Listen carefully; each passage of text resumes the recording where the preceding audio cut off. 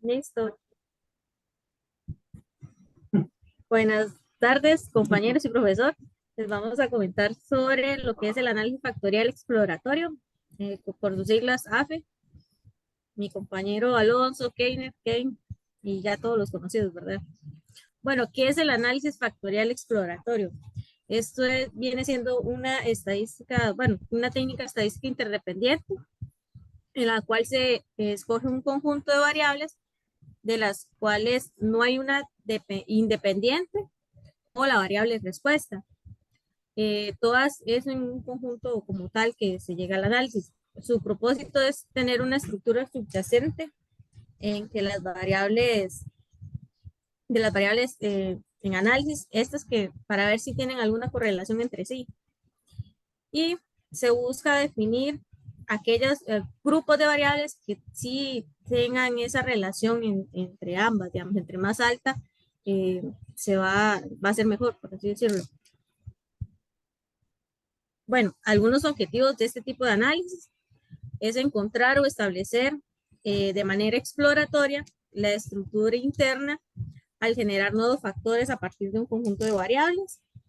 Se eliminan aquellos análisis de las variables que sean poco relevantes o que tengan mucha colinealidad entre ellas.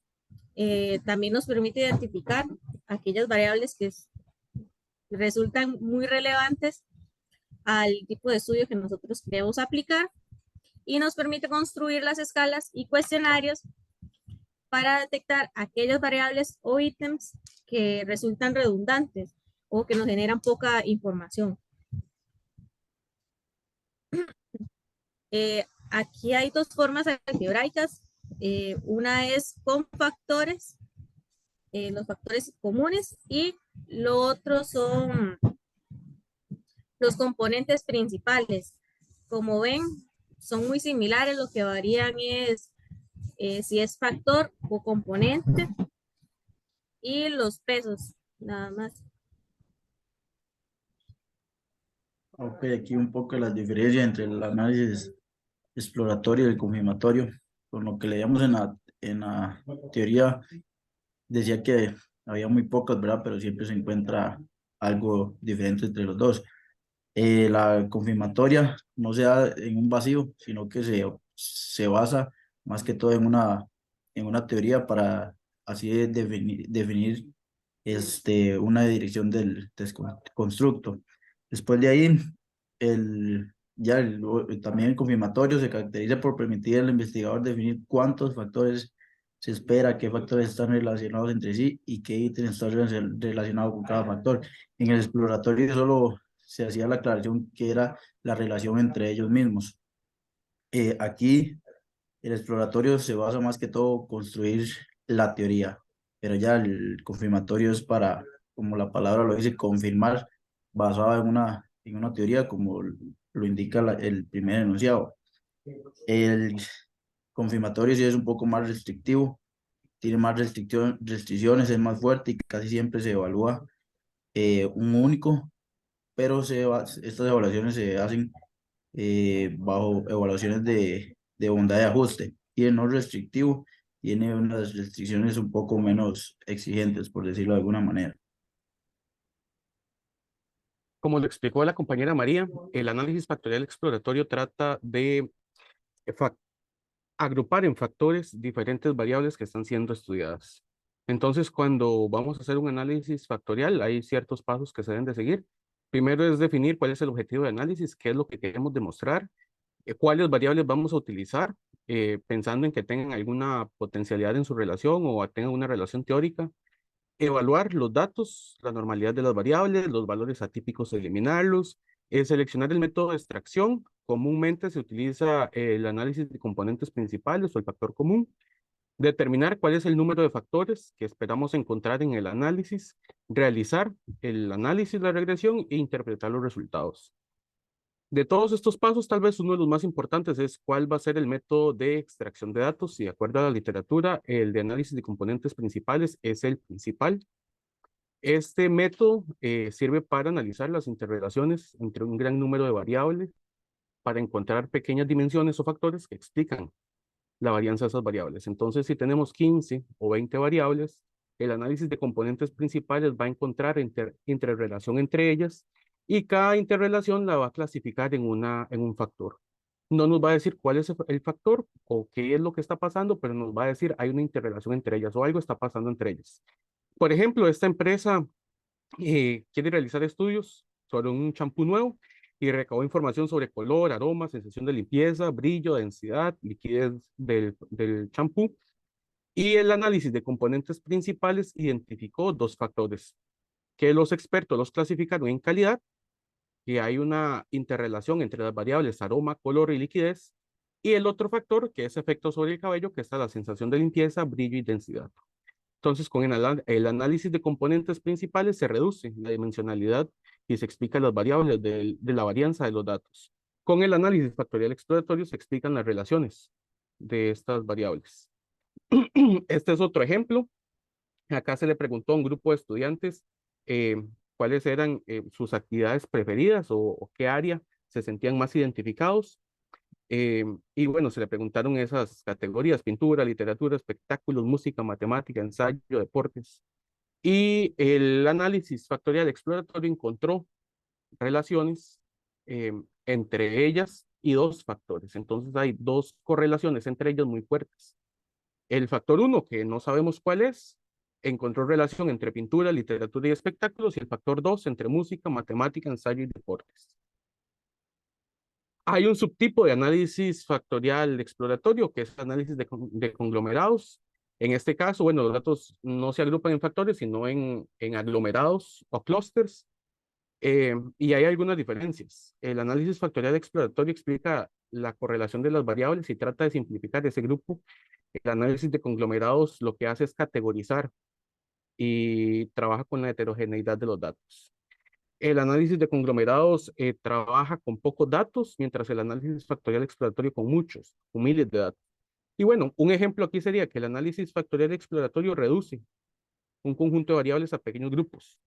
Eh, entonces ayuda, por ejemplo, a simplificar modelos de regresiones. Si tenemos un montón de variables y no sabemos cuáles debemos utilizar, una aplicación del análisis factorial exploratorio sería ver correlaciones entre ellas y tratar de correr modelos. En cambio, en el análisis de conglomerados, clasifica los objetos según categorías. Entonces, si tenemos un grupo de plantas recién descubiertas, el análisis de conglomerados las puede categorizar según sus nuevas especies. Algunas ventajas del modelo, ¿verdad? Sería que permite la versatilidad y facilidad de compresión de los resultados a la hora de realizar el análisis. También permite reducir la cantidad de variables, generando una explicación más minuciosa de cada de estas, y ayuda a encontrar las variables latentes. Y por último, también recupera factores débiles del estudio y hacer todo un análisis anterior.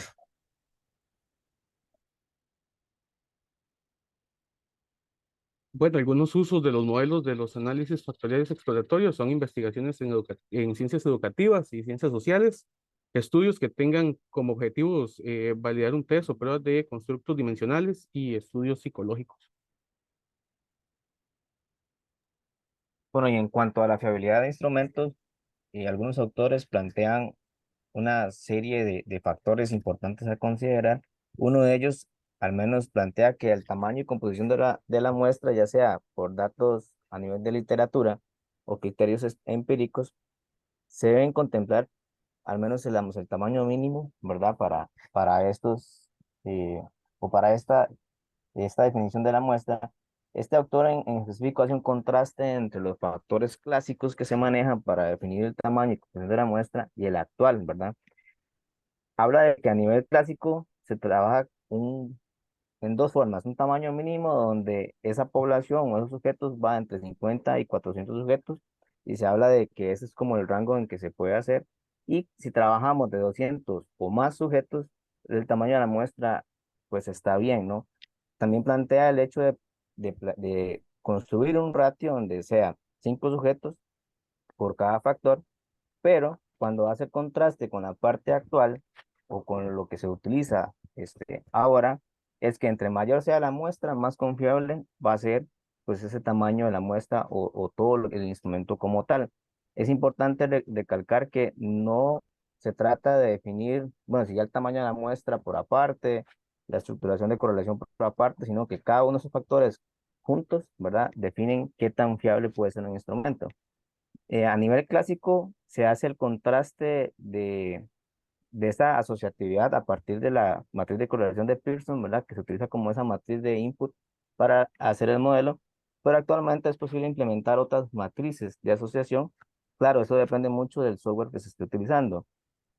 Normalmente habla la literatura que muchos de estos instrumentos se plantean con muestras de conveniencia. Entonces, ahí hay un problema a nivel de fiabilidad porque no tenemos esa representatividad que se requiere y tenemos una restricción del rango, ¿verdad? Entonces, a veces los investigadores no tienen como esa capacidad de llegar a varios, a 200 o más sujetos para investigar. Lo que hace es que se hace con una muestra de conveniencia, estudiantes, en fin, que genera pues estos problemas de fiabilidad. Y un aspecto que se menciona en casi que todos todos los artículos de literatura que se revisaron, es el nivel de conocimiento e interpretación del análisis factorial este, exploratorio por parte del investigador, ¿verdad? Entonces esto puede llegar a generar un problema a la hora de cómo se plantea el instrumento y cómo se interpreta ese instrumento por esa falta de conocimiento. Otros problemas que se pueden dar asociados es la manipulación de esos datos que se den, ¿verdad? Si nosotros queremos un resultado como tal y le damos una mala manipulación a esos datos, pues vamos a tener un problema asociado. Se habla de que entre mayor sea la muestra, es mejor, ¿verdad? Entonces, a la hora de que usted o uno quiere visualizar, ¿verdad? Para hacer ese análisis de correlación, pues entre más grande sea la muestra, pues va a haber esa dificultad. Y uno de los índices que se utilizan para medir qué tan correlacionados están los datos, ¿verdad? Es el índice de Kaiser-Meyer-Olkin. Entonces lo que dice es que es muy sensible en cuanto al incremento del tamaño de la muestra. Entonces, si el tamaño de la muestra crece, él va a crecer también. Pero también, en cuanto haya problemas a nivel de correlación, pues entonces este índice también va a disminuir. Entonces, es uno de los problemas asociados a esa falta de fiabilidad de los instrumentos.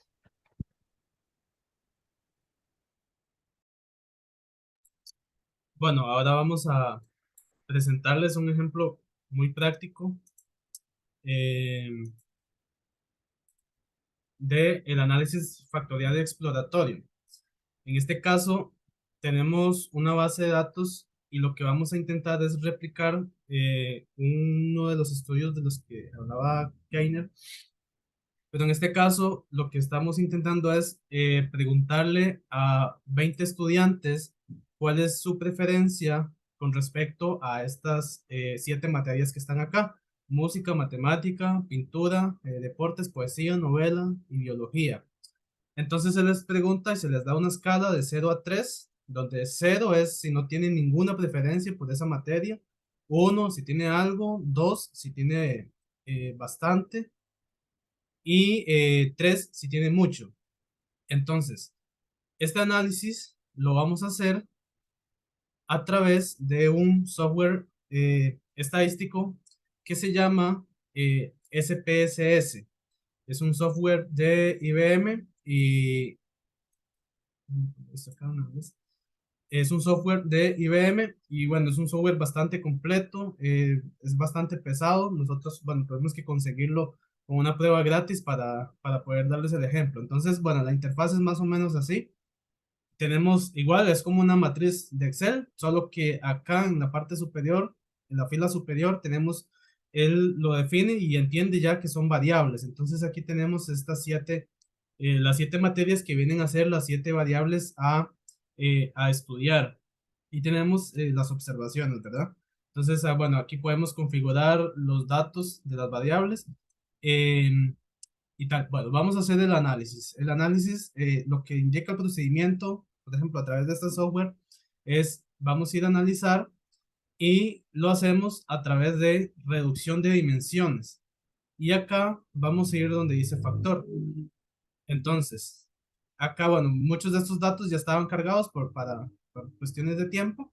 Entonces acá lo que hacemos es meter todas las variables acá para que el programa los analice. Acá vamos a agregar algunos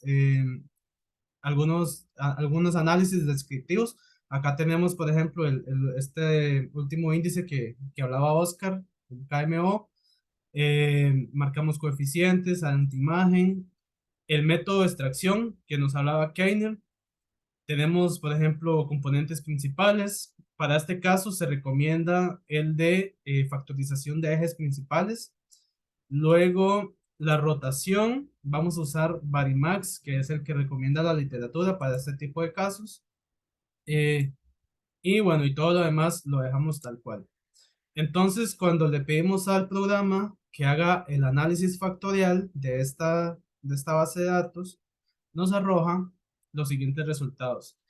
Tenemos, en primer lugar, bueno, nos da una matriz de correlación entre todas las variables. Ahí podemos ver qué tan correlacionadas están, si negativa o si están fuertemente o positivamente, negativamente. Pero el análisis más importante lo tenemos en la prueba de KMO. Por ejemplo, tenemos que este índice va de 0 a 1. Mientras más cercano a 1, quiere decir que el instrumento está mejor validado. En este caso tenemos 0.62. Tal vez por la cantidad de datos, que tenemos apenas 20 observaciones, está en 0.6, pero mientras más cercano a 1, mejor. Luego, bueno, importante es la parte de comunalidades y la varianza total explicada. Acá es donde comienza el análisis del factor exploratorio.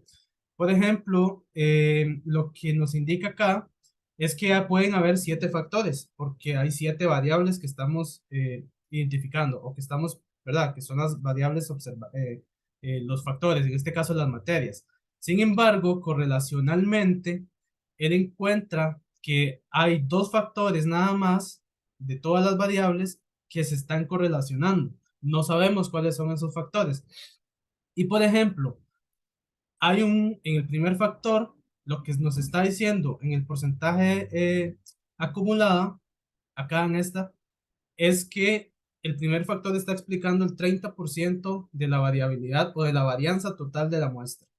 El segundo factor está explicando un 42% del total de la varianza de la muestra. Entonces vemos que hay como un quiebre a partir, lo que indica este gráfico de sedimentación es donde se quiebra. Vemos que están los 7 factores acá, pero a partir del factor 2 es donde hay un quiebre. Se nota acá, ¿verdad? Entonces es donde estos autovalores cambian. Lo podemos ver en esta matriz de acá que estoy señalando, en la matriz de factor rotado. Esta matriz lo que hace, o estos valores lo que hacen es, de esas observaciones que tenemos en el plano, las traemos, las convertimos y las ponemos en el origen de un plano, como si todos los valores arrancaran desde cero. Entonces, los valores cambian, pero las relaciones entre las variables se mantienen. Y acá tenemos los 2 factores. Vemos que aquí tenemos las materias, o sea, las variables, y la matriz encontró, o el análisis encontró 2 factores. Vemos que para el factor 1 están todas las variables tienen valores. Eso significa que en el factor 1 está explicando o tiene algo que ver en todas las variables.